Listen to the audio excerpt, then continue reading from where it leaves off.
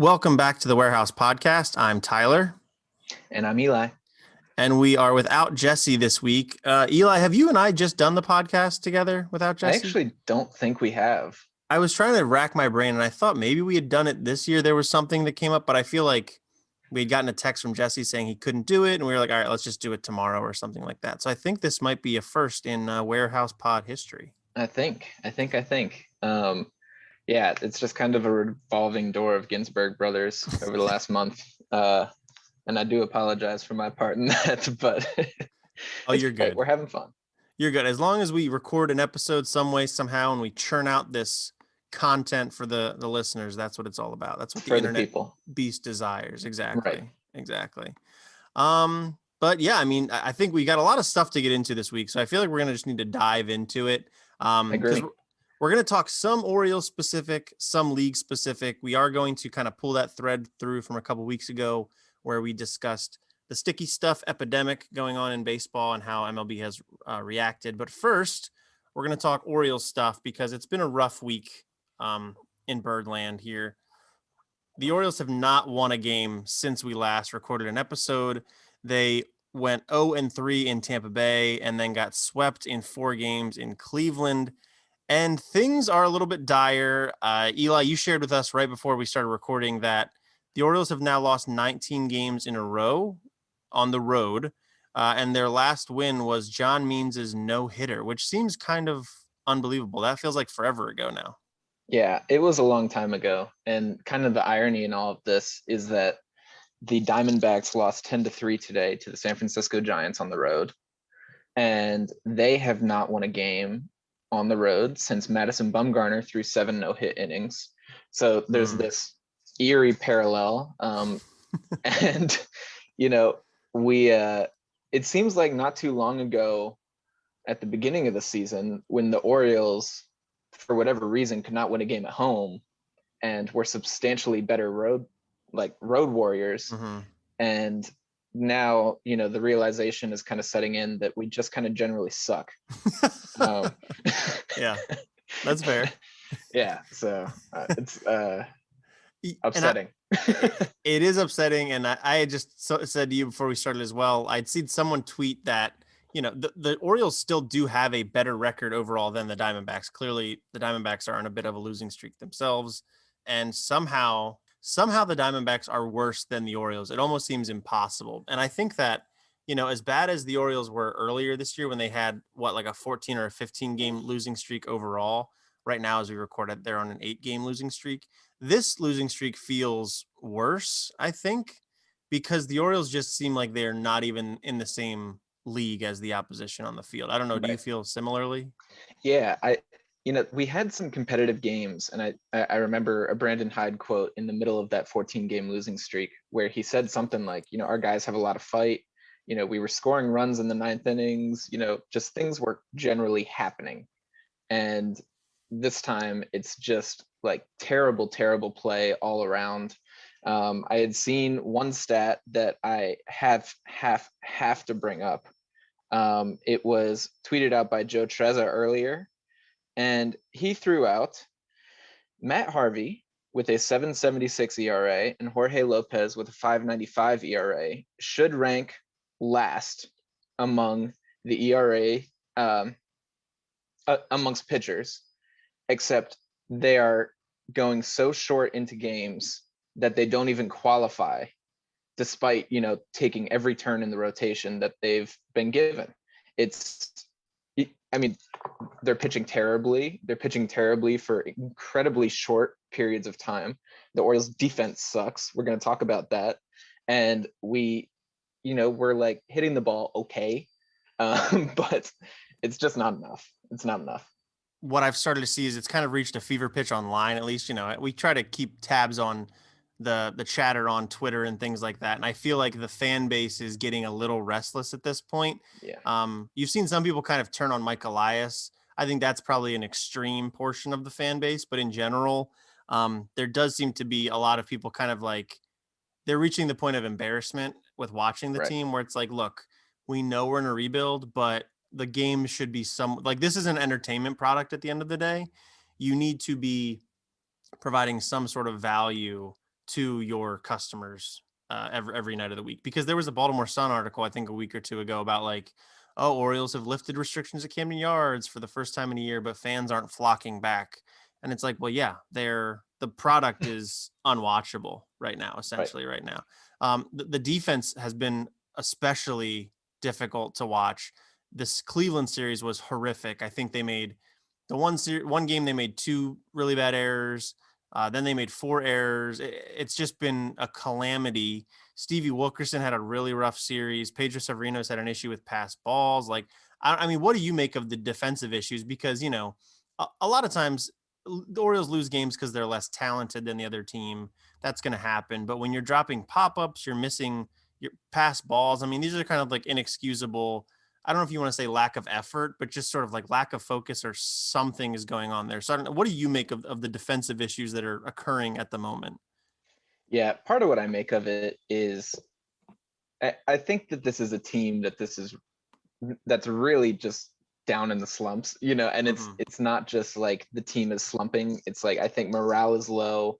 I think that, this was the first year that we were all kind of expecting to start seeing a little progress, and we've seen some of the key guys really struggling. Mountcastle started off the year brutally.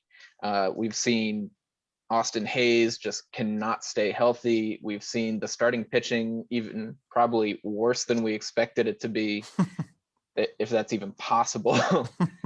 We've seen the bullpen kind of shaky, and I'm not sure I blame the bullpen for that. I blame more the starting pitching and the Mm-hmm. fact they've been overworked and overexposed, um, and just kind of on every facet of the game, this Orioles team is struggling. And so I think that when that just happens so consistently, you start to fall apart a little bit. And it's going to take, like the veteran leadership from guys like Mancini. It's going to take Brandon Hyde really pulling the team together. Uh, we just need to kind of regroup. I think that it's when it rains, it pours. And that's exactly what's happening right now. Yeah, I totally agree with that. It's just sort of one of those things that it starts piling on, and there is momentum in baseball. I think at the end of 162 games, you're going to see who's the best and who's the worst and all that stuff. But like we just kind of mentioned, the losses sort of come in clumps. It seems like, and that's where the Orioles are at the moment. But I do kind of think that there might be some changes in order. Stevie Wilkerson's latest struggles have kind of coincided with Jahmai Jones getting pretty hot down in Norfolk. He's Right. healthy again. I think something might happen there just because, there's certain prospects with the Orioles you don't want to rush, let Grayson Rodriguez figure stuff out, let Adley Rutschman figure stuff out. Jahmai Jones is a little more experienced. He played in the big leagues for a brief amount of time last year. I think that's a logical step to make here. So that's sort of the one I've seen picking up a lot of steam online is Jahmai Jones to get promoted sometime soon. What would you think if the Orioles did that, say, in the next week or 10 days? Yeah, I would love to see it. He had the injury at the beginning of the year. Everyone kind of expected him to compete for a utility spot. Then he got injured. We DFA'd Ruiz. Wilkerson came up, and everyone was like, "Yeah, okay, that's fine." I think, yeah, I think it's time to give Jahmai Jones a chance. And like you said, he has been hot. He's somebody who does bring the versatility that Stevie Wilkerson has. He's got a little bit more potential with the bat. I'm excited to see him, and I think, just as you said, like 10 days is probably the time frame that it'll happen. Yeah, I'm interested. You can only glean so much from a box score. He's hitting the ball great. I think he's hitting like 315 or something on the season. I can't, I'm not sure if that's totally right, but he's doing well. And this past week, he's been really good. The thing with him, I guess I worry about a little bit is the glove work. He was an infielder in high school before he was drafted. Then after he was drafted, the Angels had him entirely as an outfielder. And then they started to get him back into the second base routine the last year or so. So you wonder if the glove is lagging a little bit behind playing second base. And, you want that to be there when he's coming up. Obviously, we're having defensive issues as it is. You don't want a young player to come up and have to kind of absorb that. But yeah, I think, the Orioles need a shot in the arm. The pitching issue is a whole nother thing. I don't know who's really ready to kind of step up and take that spot from Harvey. Keegan Aiken looked better recently, so I'm wondering if when John Means gets healthy, that's it for Harvey. Alex Wells has looked better at Norfolk, but the pitching's got to get better too. And I don't necessarily have a solution for the pitching woes. I don't know if you've got anything in mind there. Yeah, I really have nothing. And, that's a difficult thing to say. The one thing that we had kind of been able to tout through the early part of the season was like, oh, well, the Orioles have a bunch of like quadruple A depth. Those guys who we can bring up can fill in some time. And it's like, well, we've been cycling them through and they're just not doing that great. Wells hasn't seen any time, and Mike Baumann had the injury early on, so he's probably not quite fully up to speed. We're just kind of running out of options, and I don't think that there's a remedy. And so I think we are sitting here with our fingers crossed, hoping for something to just kind of get better for whatever reason. But I think that one thing that should be said with the pitching struggles is, you mentioned Severino earlier. He is an absolute liability behind the plate. And, pitchers, when you don't have the best stuff, need to have the confidence to move outside the zone with your pitches, to try to entice somebody to chase. And the fact that he can't catch a fastball down the middle does not inspire confidence, Yeah. Right. Yeah. I mean, it goes back to just like the basics. Like, these are the things you learn right when you're starting baseball. And the Orioles, I mean, clearly we're playing at another level, guys throwing 95 miles an hour. But yeah, it's just unacceptable. I think, maybe we'll start to see Austin Wynns kind of get the lion's share of the innings back there. Besides that, though, it becomes, what else do you do? Adley Rutschman clearly is the most talented catcher in the organization, but are the Orioles ready to pull that trigger there? He's hitting the cover off the ball in Double-A. I don't know. I think this year might be a little too early to do it, but I wouldn't blame them if they did. Yeah, I think that Adley is probably, I mean, with the way that he's going, I mean, he has been hitting the crap out of the ball. His batting average is almost up to 300. Going to look at it now. Yeah, 295, 431, 561, triple slash. Yeah, I mean, he's tearing the cover off the ball.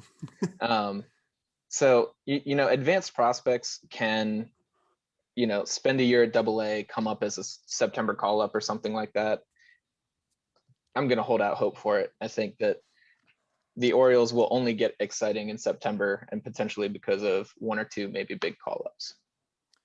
Yeah, no, I think a lot of people would love to see it. It would definitely kind of provide an injection in the arm down the stretch that, again, I'm all for it. I want the players that are ready to play in the big leagues to be up when they're ready to play, and you sign them to extensions if you want to keep them around, and if not, you let them go make their money elsewhere. So yeah, I would be all on board for that.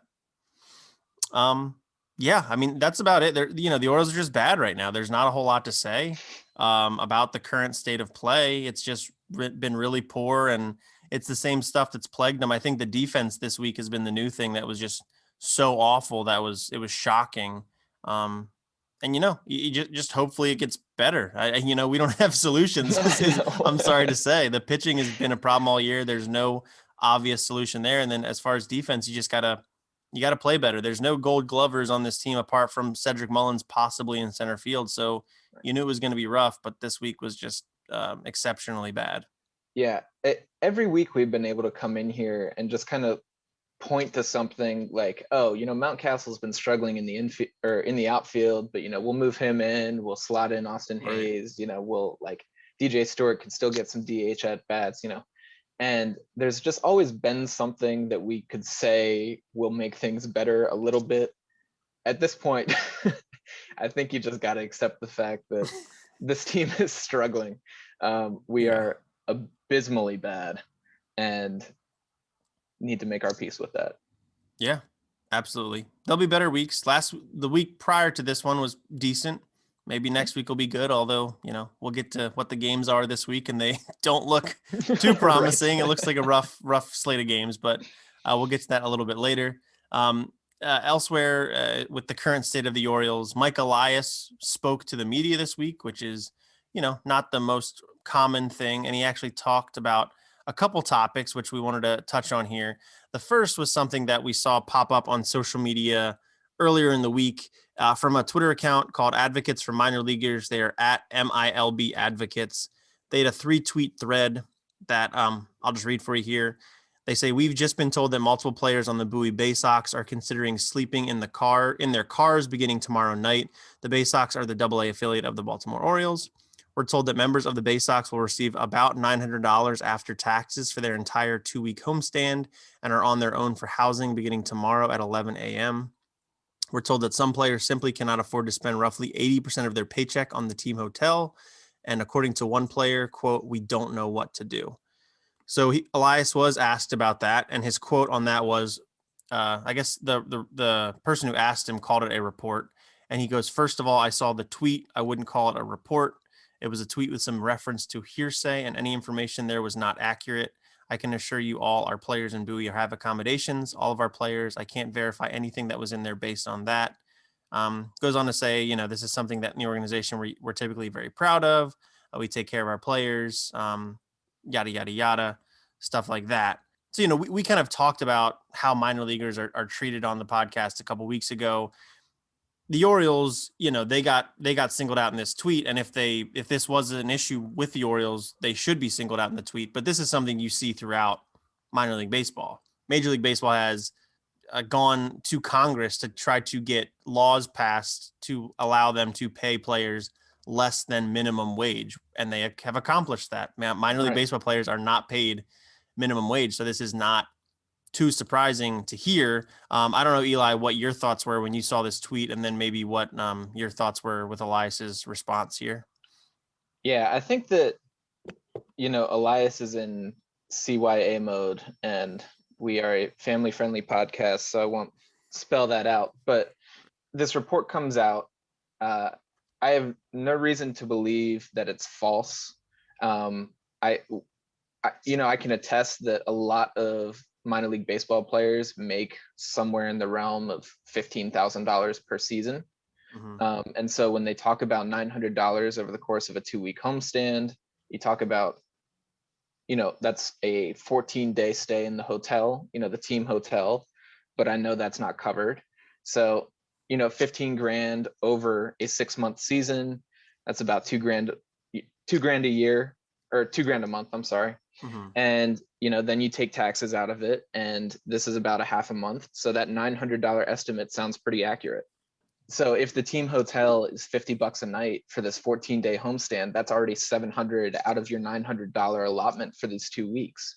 It's just not a sustainable income. These players are, kind of the mystique about the minor leagues is it's this lovable grind, and it's, you put your nose to the grindstone and you suffer through so that you can get that big payday someday. And sure, the MLB, minimum salary is 500 grand or so. That's wonderful.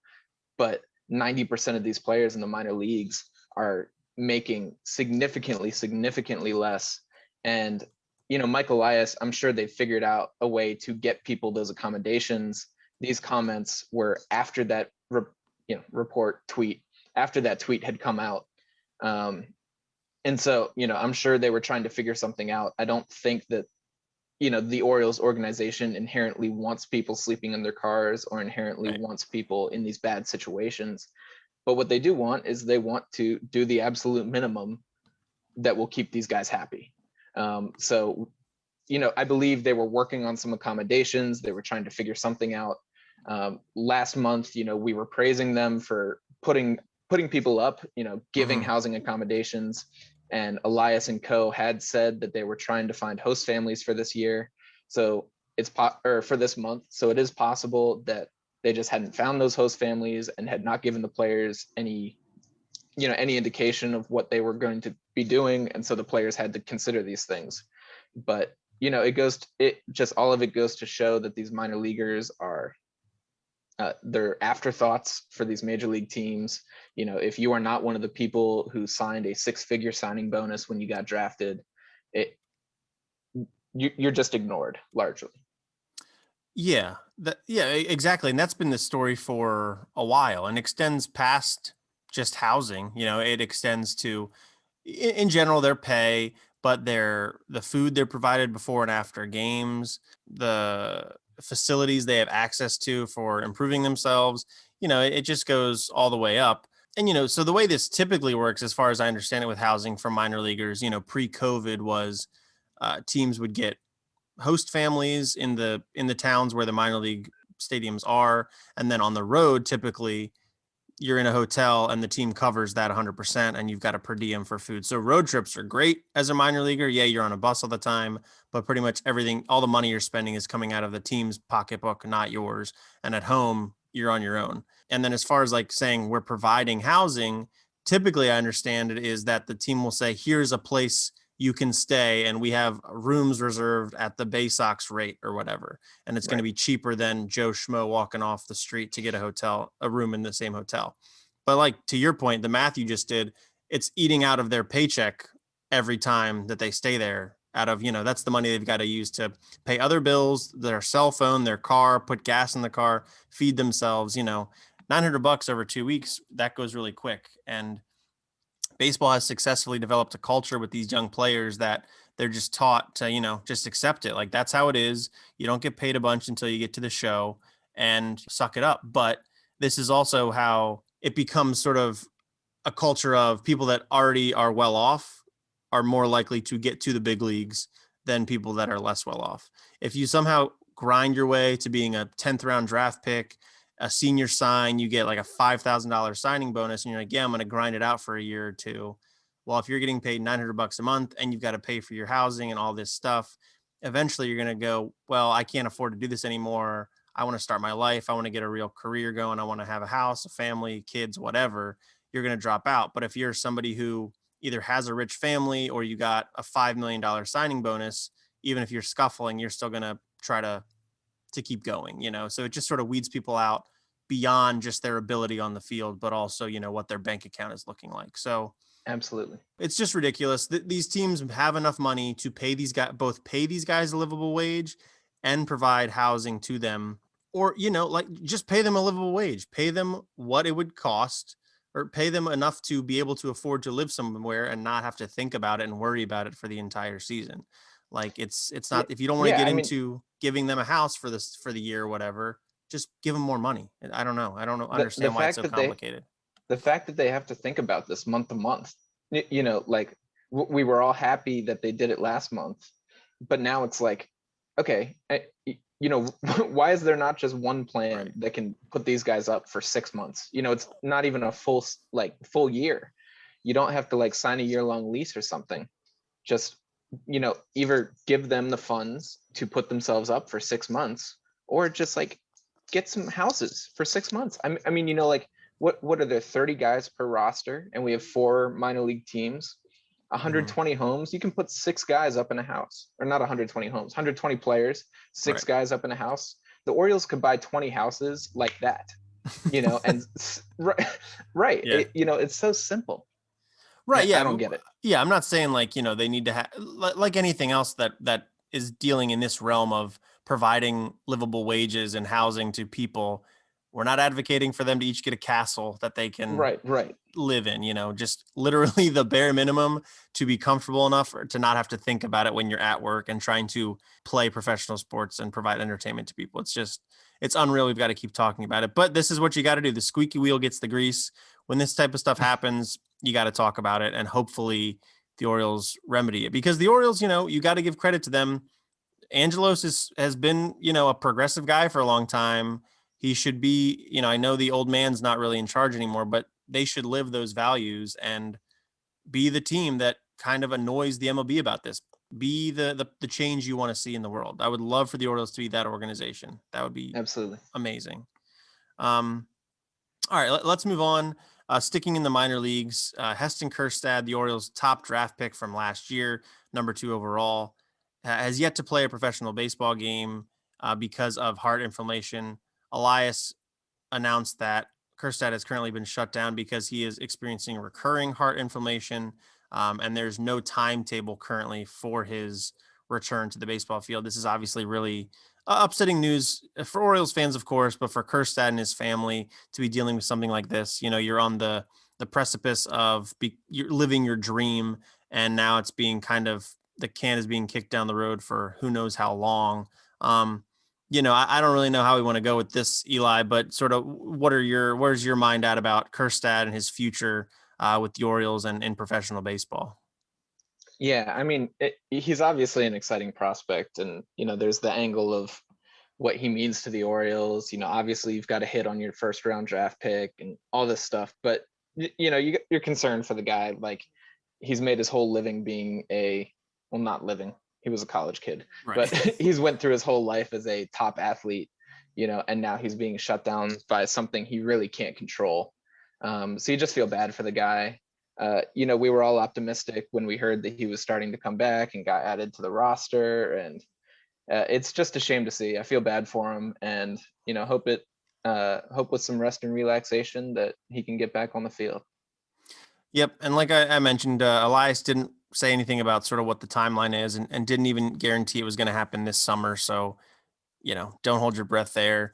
Elias did kind of reference, without saying his name, Eduardo Rodriguez, Red Sox pitcher who had heart inflammation last year, missed all of the 2020 season, and is now pitching with the Red Sox again. So could be a similar situation there where it's a long kind of build up there. It could be over a year, but maybe Kjerstad gets back on the field. But of course, his personal health is most important, and whatever happens in baseball is secondary. And yeah, hopefully he can just get healthy, and we'll see him soon. Something else that Elias spoke about this week was DL Hall. Nothing crazy going on there, but DL Hall, one of the Orioles' top pitching prospects, is experiencing soreness, more soreness than normal in his left arm, behind his elbow and his bicep area. So he is being shut down for a few weeks. He did get an MRI that did not reveal any structural damage, but did show some inflammation. So the Orioles are going to be cautious there, and he will be out of the Bowie rotation for a couple weeks, and then he'll build back up. So you might want to bank on maybe him being out for a month or so. But Eli, are you at all concerned about this? Does soreness in the bicep sound ominous to you, or what are your thoughts? My biggest thought is that if DL Hall had a hangnail, the Orioles would shut him down for a month. Right. There is absolutely no reason to push this guy through any kind of discomfort. He's, I think 22 years old now. That sounds right. I think he's 22 and he's throwing 100 miles an hour with a wipeout slider from the left side. So I am not I'm not of the mindset that shutting him down, getting him some rest is an indication of the severity of the injury. I think it's just an abundance of caution. That being said, some bicep tendinitis can be concerning. It's like your lower bicep is the closest muscle to that UCL, the famous Tommy John ligament. And so when you get tension towards, the lower bicep, you can sometimes start to see issues. But I'm not of the mindset that this is an indication of that. I think he's sore. I think the Orioles want to be super careful and are going to be that. Yep, that sounds right. The Orioles have been really conservative with their pitchers this year, and I think this is just a continuation of that. So hopefully that is correct. Something else Mike Elias talked about was Chris Davis. Big news here. Chris Davis has moved his rehab from Dallas, where he lives during the offseason, to Baltimore. However, he is not much closer to playing baseball. He's not going to resume baseball activities until late August or early September. And Elias confirmed Davis will not be playing in 2021, but sounds like maybe he could play in 2022 if the Orioles will have him back. Eli, do you have any reaction to the Chris Davis news? No reaction whatsoever. Yeah, I mean nothing. He's got I think they just said he had left hip labrum surgery, and he's moving to Baltimore so that the medical staff can work with him a little more closely. And they're working on building up his range of motion and strength in his lower body. So that's that. And then one last thing I actually noticed on here that they talked about was Brandon Hyde's contract situation. Apparently, it's not publicly known what Brandon Hyde's contract situation is, and Mike Elias did not share that in this either, but it's believed that there's an option for the 2022 season. However, Elias, like I said, wouldn't elaborate and basically just kind of put his weight behind Hyde to say, like, he's our guy, we support him, and hopefully he's here when we start winning. Do you buy that, Eli? I don't necessarily think it's not their thought, but I think that's just what you say in the middle of a rough season. So I'm not putting any stake in it either way. I would agree. I mean, one thing I would say is Brandon Hyde is very far down the pecking order in terms of who I blame for the Orioles being bad this season. So it is no fault of his own. Right. Okay. And then we want to do our silver lining of the week. Eli, you picked this out. Do you want to kind of present the silver lining of the week? Yeah, I absolutely do. So G-Rod, Grayson Rodriguez, made his first home start for Double A Bowie. And, the start itself was just kind of fine. He went 4 2/3, 2 earned runs, struck out 6. That's okay. But he, the cool thing about it was the way that Orioles Twitter kind of came together for this. Rodriguez himself, DL Hall, Barstool's guy, RDT, all of them were shooting tweets back and forth, and gas them up has kind of become the slogan unofficially of the Bowie Bay Sox. And it was a whole thing. We, retweeted a couple things from our account, so you may have seen it there.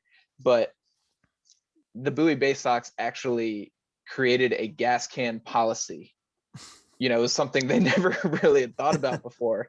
But people were like, can we bring empty gas cans to the field? And they were like, I mean, sure, so clean gas can, Nothing in no it. flammables ever having been in it. Yeah. And they were saying every time the Grayson Rodriguez struck somebody out, they were all going to chug from their gas cans, But, a couple thousand people showed up. It was a pretty cool atmosphere. And, that energy kind of pumped up Rodriguez. Clearly, he hit 103 on the stadium gun in the second inning, which I did not know he had that kind of velo. We'd seen him touch triple digits, but that's obscene. Yeah, I wonder. So, I wonder how accurate that is. I'm sure he was yeah. touching triple digits, but 103 seems obscene. Yeah, Right. That is why I said the stadium gun. right. It's not like there's a pitch tracker directly behind him. It's the stadium gun. But I don't know. Either way, just there was clearly a lot of energy, and I thought that the Orioles fans, the Orioles community has very little to get excited about these days. So, seeing the minor league players interacting online, seeing people come together and having this kind of cool event with the gas cans, I just loved it, and I thought it was worth mentioning. Yeah, it was pretty cool. I saw some photos from it, and it seemed like a really good crowd, especially for a minor league game. Getting out to Bowie can kind of be a little bit of a pain. It's not the most convenient for me. It's definitely not convenient. I'm probably an hour away from there, but people were making some trek to go see Grayson Rodriguez pitch to Adley Rutschman. That is the future of the organization. So that was really cool. Two things on this though. One, are we going with G-Rod or is it Gray Rod for the nickname? I've heard both. Okay. Yeah. It's tough. We have to think about it. Say your second thing, and then I'll give you an answer. Okay. And the second thing is, while the gas them up thing is cool, I do feel like if I brought a gas can to a baseball game, I would be annoyed with it after a certain amount of time. Like I've got to keep track of this plastic thing the entire time. Is it just sitting on my lap? Is it under my legs? Like you got to think of the logistics here. And while it's cool, I might prefer I don't know, a t-shirt with a gas can on or something. Like I don't want to have I don't know what the word is, but I don't want to carry a thing with me throughout a baseball game. Does that make sense? That's fair. Yeah. I think that there's something to be said for the novelty of drinking beer out of a gas can though. So I could see that making things a little bit better. I could see, I don't know. I think if you tucked, the larger part of the can beneath your seat and kind of pointed the nozzle forward between your legs, when you weren't using, or holding it, I think that could be fine. Okay. I think there's enough space under there. There's something there. There's something there. I mean, what I do, it's the creativity. Sometimes it does feel like the Orioles, we've got, because the major league team has struggled so much, we don't always have as much fun or creative. So I do like it. I like the spirit of it. Right. I say, keep doing it. Keep bringing gas cans. I guess is it for when Grayson Rodriguez and DL Hall pitch? Is that the only ones who get it? Yeah, it's the two of them just because they throw really, really hard. Okay. That's fair. No, yeah, it's really cool. It's very exciting. Rodriguez, like we talked about a couple weeks ago, top pitching prospect in baseball, according to Baseball America. So good times. Don't watch the Orioles, but go watch the Bay Sox. That's where it's at. So to answer the first question, oh yeah, I think I'm on the side of G-Rod. Okay, he's a G, and right. I think you keep it as simple as that, and there are no gray areas about it. Wow. Is that a See pun what I on the did name? there? Yeah, I See what I do. did there? I do see what you did there. So, G-Rod.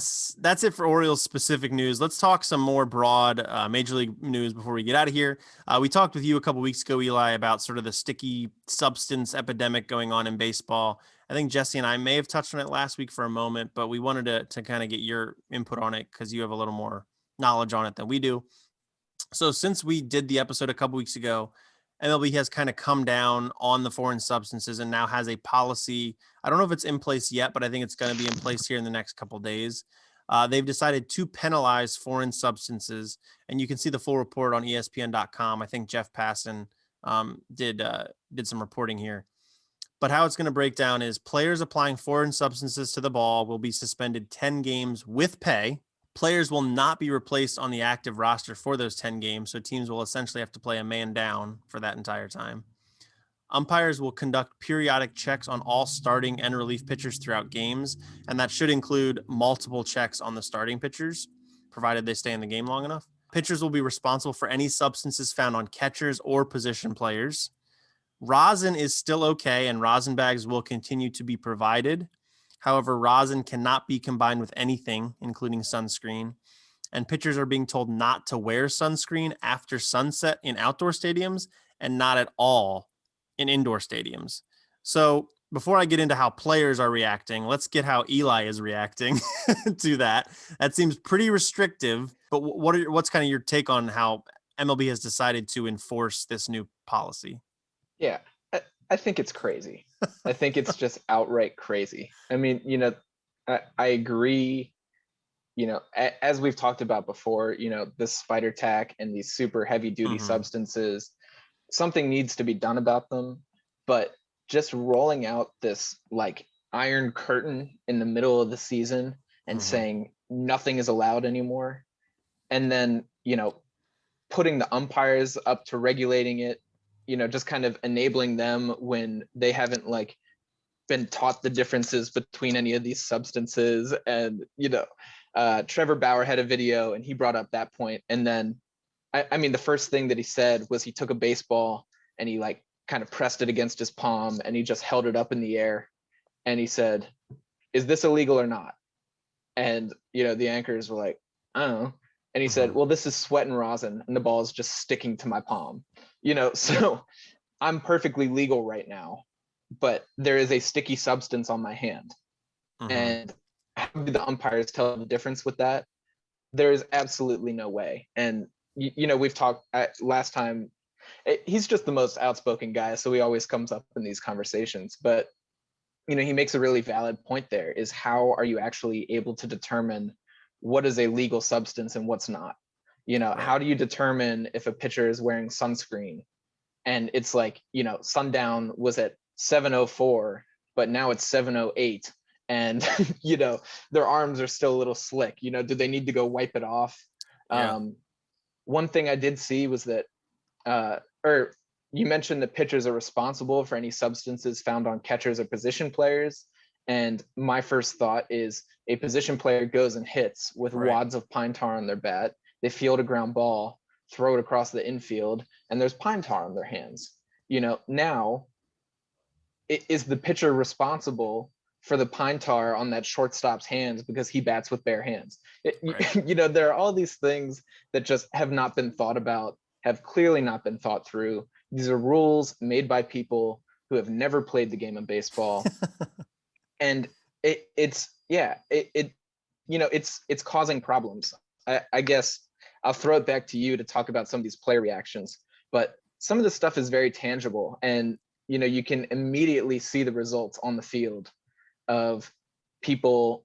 I mean, like they wanted to control spin rates. I think the average spin rate on a four-seam fastball in the last like 3 days has gone down like 60 to 80 RPM. I saw a graph on Twitter today.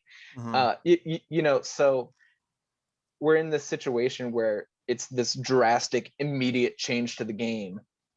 And there was no thought to really how it would impact anything else except spin rates. Right. And it's a problem. It was handled awfully. Well, and we saw today, Cedric Mullins, I think, got hit in the head with a slider. Right. That, that's what's going to, that can happen with those substances too, but it's going to happen more often because, like I was kind of saying to you before we started recording, all MLB had to do here was say in the off season, go, hey guys, teams, whoever, a representative from each team, the Players Association, whatever. Hey, we've got an issue. We've got too many strikeouts. We're not scoring enough runs. We need the product to be entertaining. And right now, our market research indicates it's not entertaining. We need to score more runs. So what we've noticed is there's an epidemic of sticky substances. Let's all talk. Let's figure out a way that we can get the pitchers a substance that works for them with the baseballs we use, and that hitters are okay with the pitchers using, because there needs to be a balancing point here. And it could have been with consideration of the players and everybody involved. And then you can go to the public with it and say, hey, here's what we've come. Here was a problem and here's the solution. Instead, MLB has been completely reactive to it the entire time. And it makes the public think that first, everybody is cheating, which according to reports, like 90% of pitchers using these different substances. When talking to pitchers and hitters, it sounds like this is a common thing that most hitters don't even care about. But in the reporting, it still makes pitchers look bad. And now baseball in the middle of the season has come up with a new thing to change the game. So I guess what'll be interesting to watch is how offense changes between whenever this policy is enacted, I think it's in a couple days, and the end of the season, because I would imagine there's going to be fewer strikeouts, more home runs, and more hit by pitches in that time. Right. Yeah, I think that's exactly it. You mentioned just being reactive, and I think, the MLB had obviously noticed the trend, but I think that when they came out this year and they saw that like average batting average in the 230s, then they were like, oh my God, this is obscene. What are we doing? We got to figure this out. Right. And a bunch of, people, again, who'd never played baseball, put their heads together and came up with this boneheaded plan. And again, I do agree that spider tack has no place in the game. It gives people these ungodly abilities, but pitchers need something. As you said, that Cedric Mullins, getting hit, like you throw a slider, right, and your fingers actually come in front of the ball, right? So you require like a little bit of grip with that ball to come around it and keep the ball coming with your fingers, essentially. What happens if you lose that grip is the ball pops out the back of your hand and it, goes to your arm side, which is exactly what happened. It's just, yeah, it's a mess. It is, and players are responding. So here's a couple reactions. Well, the first one from Pete Alonso actually came before this policy was announced, but Pete Alonso's fine with pitchers using substances. However, he has a conspiracy theory that Major League Baseball changes the baseball year to year based on the free agency class that's coming up. So when it's mostly pitchers, mostly high-profile pitchers, they'll make it so the ball flies out of ballparks. When it's mostly hitters, they'll deaden the ball, so it's more strikeouts and harder to get up in the air. Maybe we can touch on that in a second if you have thoughts there. Tyler Glasnow recently hurt his UCL, and he straight up blamed this crackdown on it because it's changing how he grips the ball. And, to simply put it, the way a lot of these pitchers put different movement on the ball is you put pressure on different parts of the ball, pair that with how you release the ball, and that's how you get the ball to move. So when you change how you need to grip the ball because of the lack of sticky stuff, that impacts things. And Tyler Glasnow blames that for his injury, which Tyler Glasnow is one of the best pitchers in baseball. So that's a real shame. White Sox pitcher Carlos Rodon questions the suspension rule of it, the 10 games, while Astro players were given literally no penalty for the trash can scandal from a couple weeks ago. And Sports Illustrated released a report about a guy who was providing sticky stuff throughout the league. And Garrett Cole and Max Scherzer were named in that report. So just some kind of various outcomes here. But I think the Glasnow one really stands out because he straight up links my injury to this crackdown in sticky stuff. Do you think Glasnow's experience is an anomaly, or is that more the norm of what you think pitchers are going to experience here? I'll throw it back to that Bauer interview. He explained this really well. And, when you're in the set position and you've got your ball, or you've got your hand on the ball, you're not gripping the heck out of it. But basically you start with your hand loose And as you go through and accelerate your arm, you grip a little bit harder. That's when you start to impart the spin on that ball after you've started accelerating your arm. So basically the argument is that Glasnow, now because he has less grip on the ball, he's got to be squeezing harder from the beginning. And, it's kind of talking about a ballistic stretch versus a static one. Muscles usually react pretty well to kind of ramping up. But if you are squeezing the ball and then accelerating your arm after you already have all that tension in there, that it definitely, it's a really, really different type of loading throughout the course of your arm and throughout the course of that motion. So I think it's entirely valid to say, I threw 80 something innings throwing 100 miles an hour, with this nice, loose, fluid forearm that then, grips and tightens as I accelerate in order to put some spin on the ball. And now having to be gripping from the beginning and having that tension the entire way through my motion, that causes a lot of problems. And, he's been, his argument was not that we don't necessarily need these rules or this crackdown is totally bogus. His argument is that this should not have happened right now. If you had given me time to figure out how to throw all these pitches in the off season, if you had said this, as you said, Tyler, in the off season, and given pitchers time to ramp up and let their arm adjust to this sort of new type of loading on it, that's a totally different situation and it probably wouldn't cause injuries.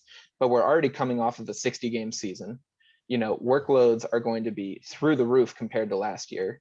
It's already led to a huge uptick in injuries. And now, you're totally changing the way that half of these MLB rosters have to perform their job, right? It's just the most, it's confounding. I'm blown away by the lack of forethought that went into this.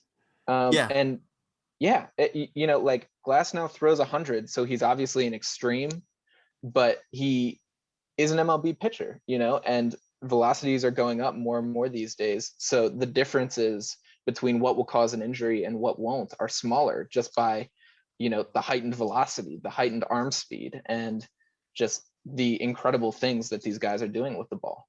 Yeah, it's curious. Like, what does Rob Manfred and his team or whatever, why do they think pitchers go to spring training 2 weeks earlier than the hitters? Like, why do you think they're there? That takes them a little while longer to ramp up for the season. And what they're doing is getting their arm slot down, their grips down, and they're learning the ball, because the ball does change year to year. Like, I'm sure they get the balls a little early. I'm sure the players are able to get a case of balls sent to them in December or whatever and start working with it. But, what you've got there in February when they get to Florida and Arizona, like, that's the ball for the season. You're getting to know how the seams sit and all this stuff.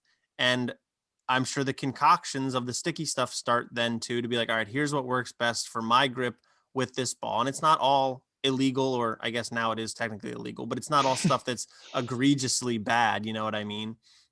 So yeah, now it's the middle of the season and these guys have to figure it out.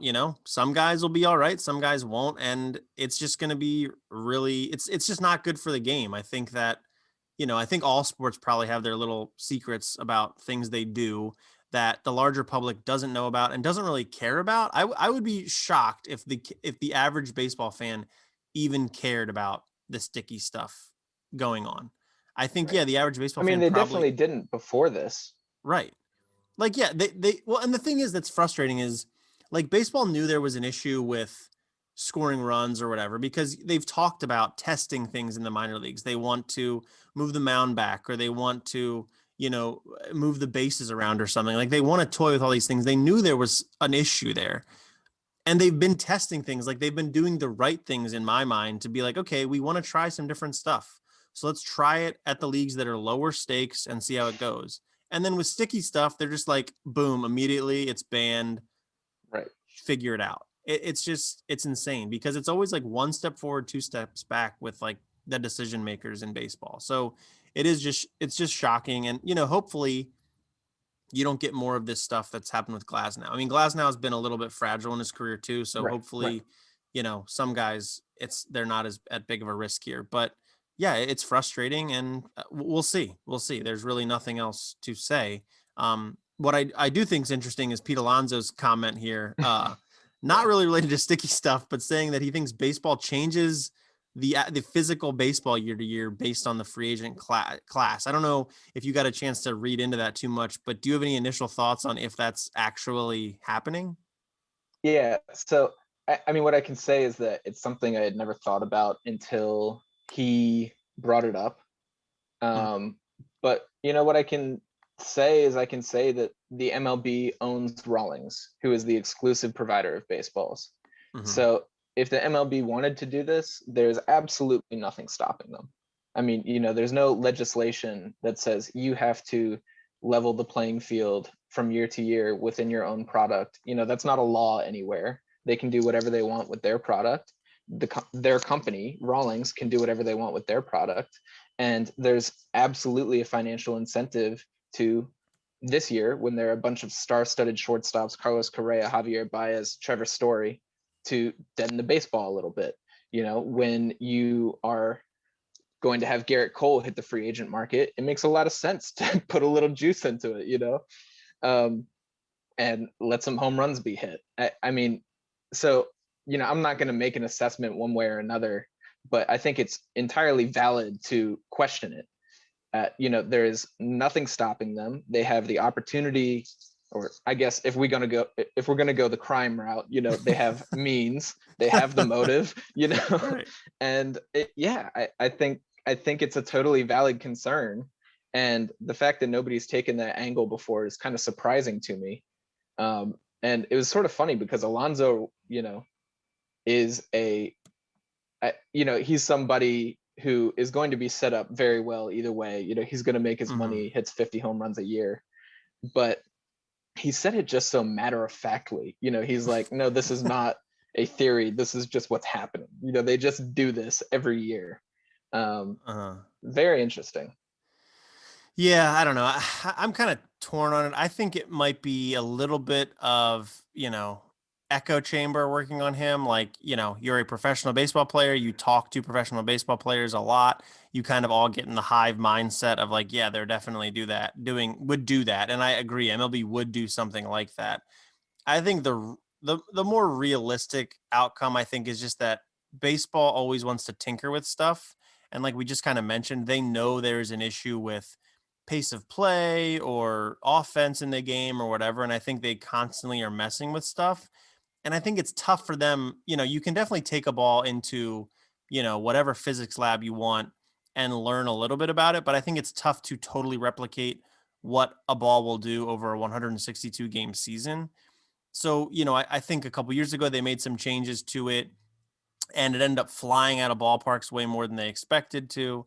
Now they've got it to the point where it seems like, this may be paired with the spin rate revolution. And I don't know, maybe these substances have been like a perfect storm to make it really hard on hitters.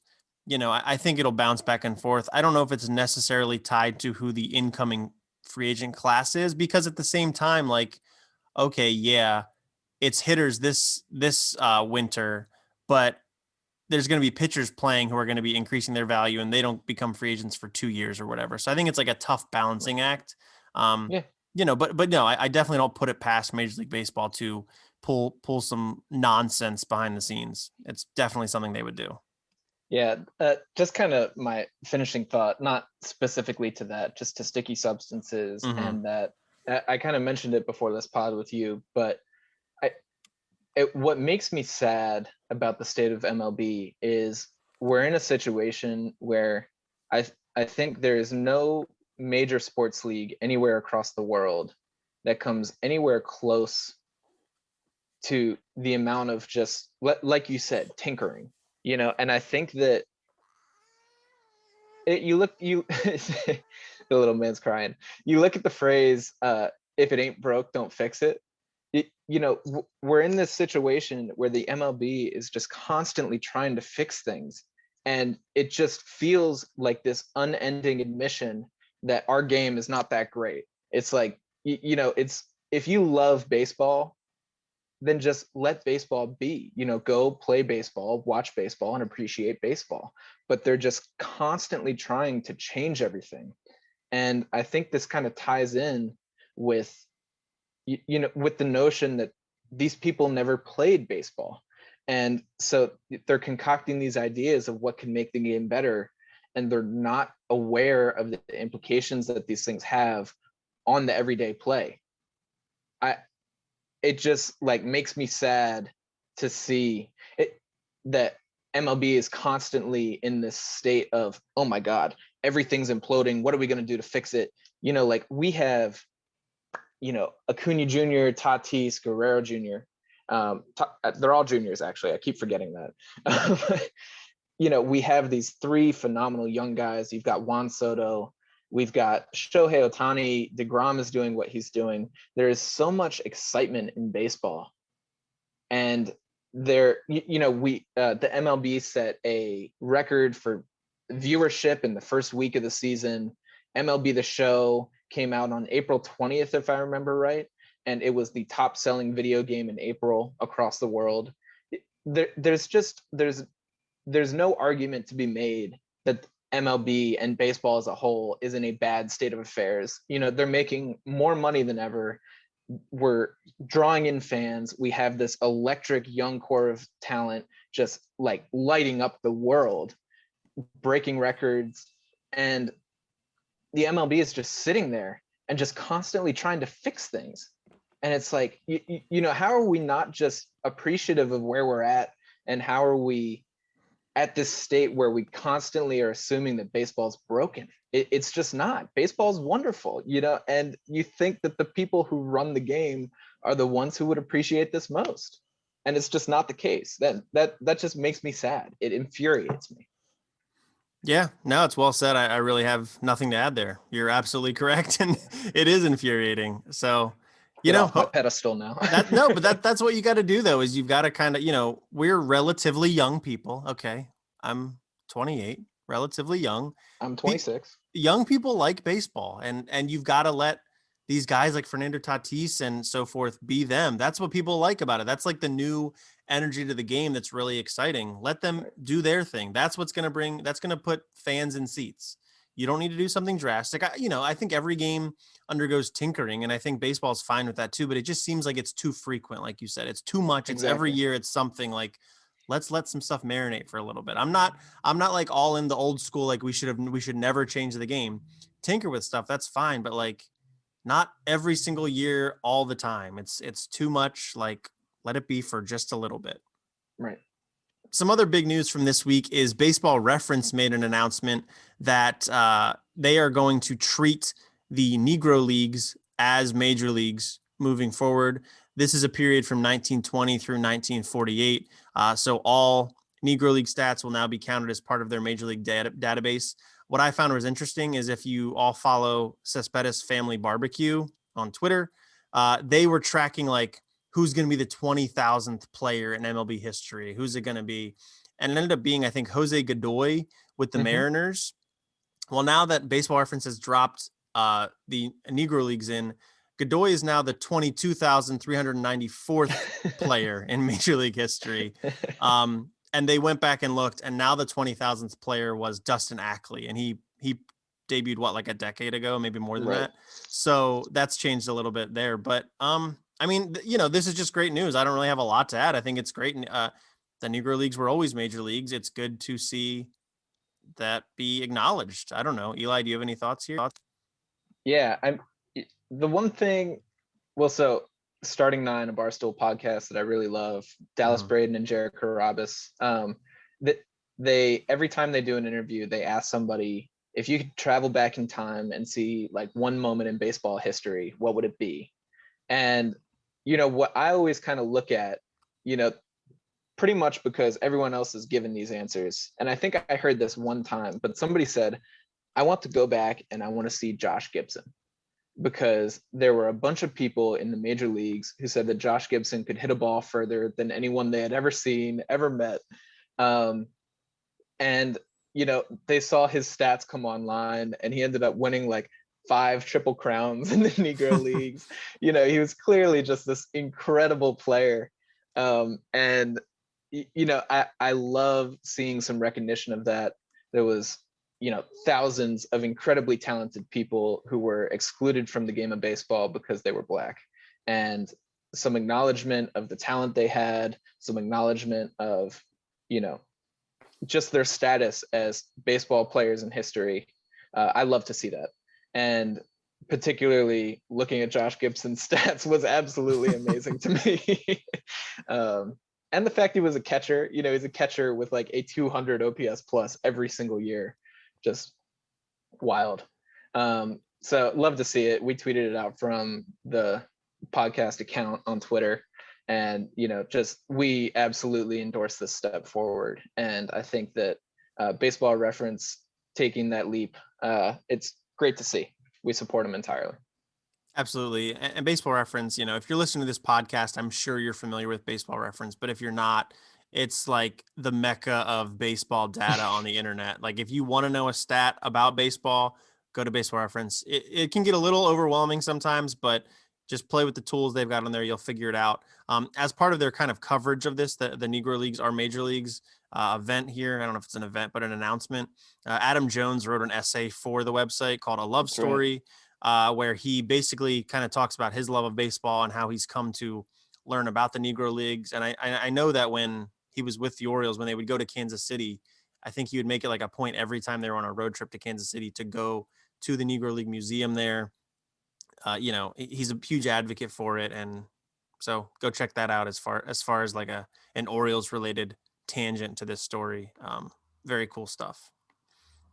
I think that's all we've got for stories this week or topics to cover. What we're going to do before we go is do Guess That Oriole. Last week's answer was Geronimo Gil. A little bit of a niche one there. Not an Oriole for very long, not a very good player, but I think Brady got it on Instagram. He DM'd us. Of course he did. So. He's just got that. Geronimo Gil has the most iconic name, and it's not very often that you see the back of a jersey that only has 3 letters on it. It's true. He definitely stuck out in my mind. I think just because I loved his name when I was like 6 years old, he was playing with us. Yeah, he was definitely like the right era for us. Like, oh yeah, that backup catcher for 2.5 seasons. Right. And he looked like a catcher. He was very much a catcher of the era too. I feel like you don't see those big catchers currently. I can't really think of any who have that kind of belly right now. No, like it was like the Benji Molina era. Right. Right. And they're just Benji and Jose, if I remember right. Yeah. There, but and then Yachty was the only skinny one. Yeah, and he's still around 15 years later. Yeah. Okay, so this week's Oriole, in case people aren't familiar, what we do is we give you 3 facts about a former Oriole, and then you can participate at home. You can just guess on your couch or in your car, wherever you're listening, or you can tweet at us, Instagram us, Facebook us, whatever you'd like to do with your guesses. And if you get it right, we'll mention you on the show.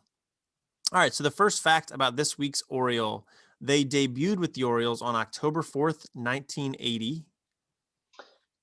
In 88, they were traded to the Red Sox for Brady Anderson and Curt Schilling. And Rod Carew once called this person's pitch arsenal, quote, Little League slop.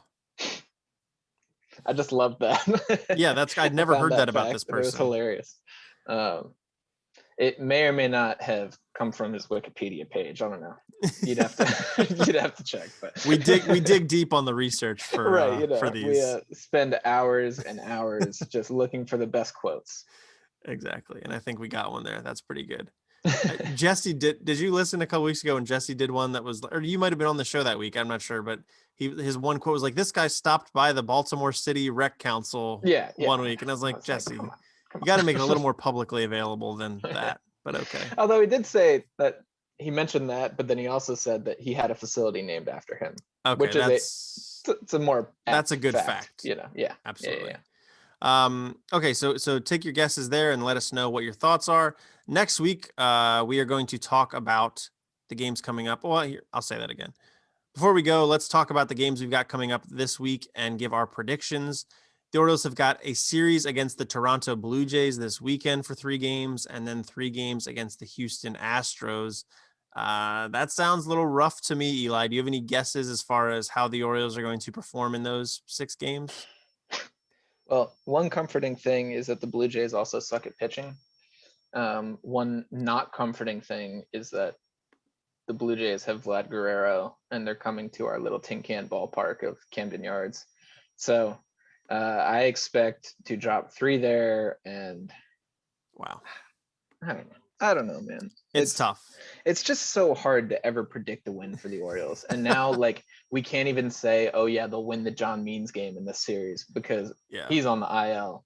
So I don't know. We'll take 1 from Toronto just because I pity us, and then 1 from Houston, I guess. I don't know. It's just depressing. They do. They have the pitching matchups for the Toronto series. Actually, it's going to be Robbie Ray versus Bruce Zimmerman on Friday. On Saturday, it's going to be Alek Manoah against Dean Kramer, who's Dean Kramer's still looking for his first win of the year. And then Sunday is going to be Hyun Jin Ryu versus Matt Harvey. So that's going to be rough, I think, the Sunday one. None inspire confidence. Alek Manoah is one of their top pitching prospects. He's gross. Yeah, I think the Zimmerman-Ray matchup seems okay. I think that's the friendliest. Yeah, the Orioles have hit lefty pitching okay this year, actually. Right.